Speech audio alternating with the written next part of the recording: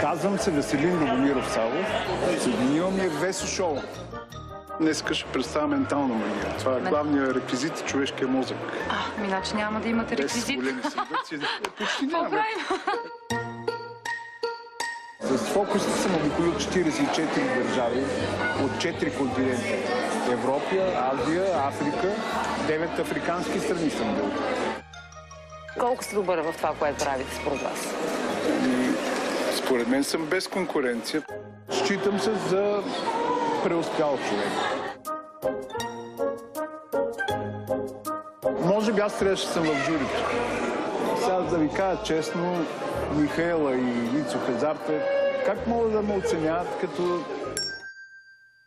Как загряват илюзионистите? Днеска не съм загрял, защото съм загрял десетилетия. Добре, ама не се ли подготвяте преди да излезете на сцената? Айде на сцената, тогава да я покажете. Давай.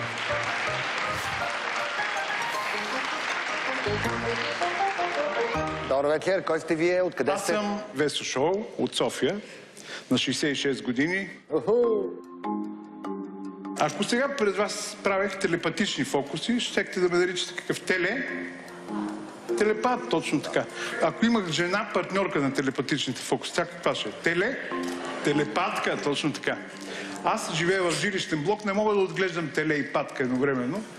От 5 години обучавам една патица, на балкона отглеждам. Сега ще я доведа на сцената. Тя ще ви смае със своите умения. Момент само да доведа. Това е Радка. Единствената патка, телепатка в света. Тя чете мисли. Сега ще се убедите в това. Преди да започнем експеримента, да заявите на публиката, че с вас не сме се оговаряли нищо предварително, нещо повече, сега се виждаме за първи път. Абсолютен факт. Вярвате ли му на Любодилов си? Да. Имате вот на доверие, с вас продължаваме. Ако не ви вярваха, трябваше да ви смена с някой. Аз съм български политик, на мен основно ми вярват. Намислете едноцифрено число. Една цифричка от 0 до 9, без да го споделяте с никой, само в главата да ви бъде. Готово ли? Да. Обаче Радка ни казва, че е проникнал дълбоко вътре във вашия мозък, иска да изложи нещо записане в човката, за да го напише. Момент само.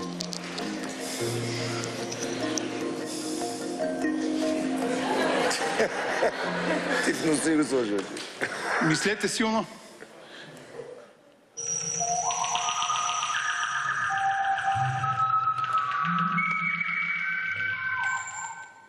Ето го моето. Ако Радка е познала, заслужава бурни ръкопляскане. Колко е? 4, да. Защо никой не ръкопляска?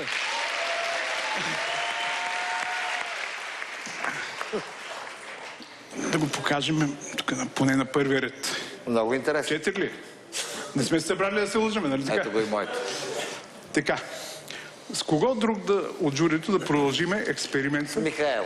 С Михаела, да. Радка ми казва да не продължаваме с съсед, защото той си е изстрелял златния бутон. Вече няма смисъл да го казва. Няма смисъл, абсолютно.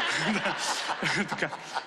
Мише, вие намислете дата и месец без година. Тук за години не говориме. Примерно някоя велика дата от вашия живот. Да. Толкова ли не мога да го запомните, че трябва да го пишете? За достоверност, за да докажем на уважаемия Дата и месец зрител. без година. Да. Пригответе се за смайващо четене на мисли. Радка в ефир ще долови мислите на Мишето.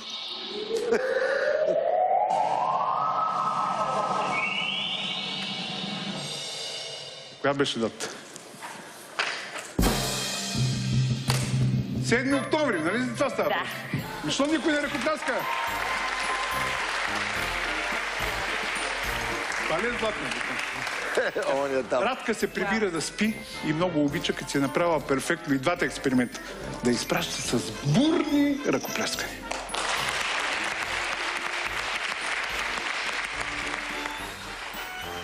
А на мен си много симпатичен, много хубаво владеете цялата ситуация, много хубаво общувате с публиката. Аз не разбрах как стават тия номера. През цялото време се опитвах да хвана какъв е номера, но не успях. На мен ми харесахте много. Не бе, въобще не съм обиден, че с мене не направихте много. Изобщо няма никакъв проблем, че не го направихте с мен. Няма да се отрази на гласуването ми по никакъв начин това. Но да, беше много интересно и поучително. Аз пък бях въвлечена в цялото това нещо и ми беше много интересно така от първа ръка да видя, че всъщност това, което ни представяте, работи. Трудно ми е да вярвам, че четете мисли, не ми се иска да е истина. Добре, колеги, да гласуваме. Да, впрочем, винаги съм се чудил защо менталистите не пускат тото и не се къпат в кокаин, кинти и така. А пък ходят да представляват номера. Асене? От мене да. Ицо? От мене също да. Михаела? Да.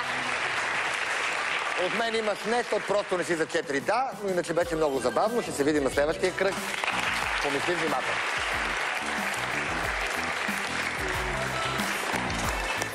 Продължавате напред. Не се радвам, защото правя фурори навсякъде, пък тук така, що Любо каза, не, това е много. Всъщност съществува ли това нещо с... Ментализъм ли? Да, не знам. Това е много любопитно. Как ги правят тия неща? Пожелавам ви успех и очакваме с нетърпение следващия ви номер. Даже го прочетох в мислите си, знам какъв е, но никой няма да кажа.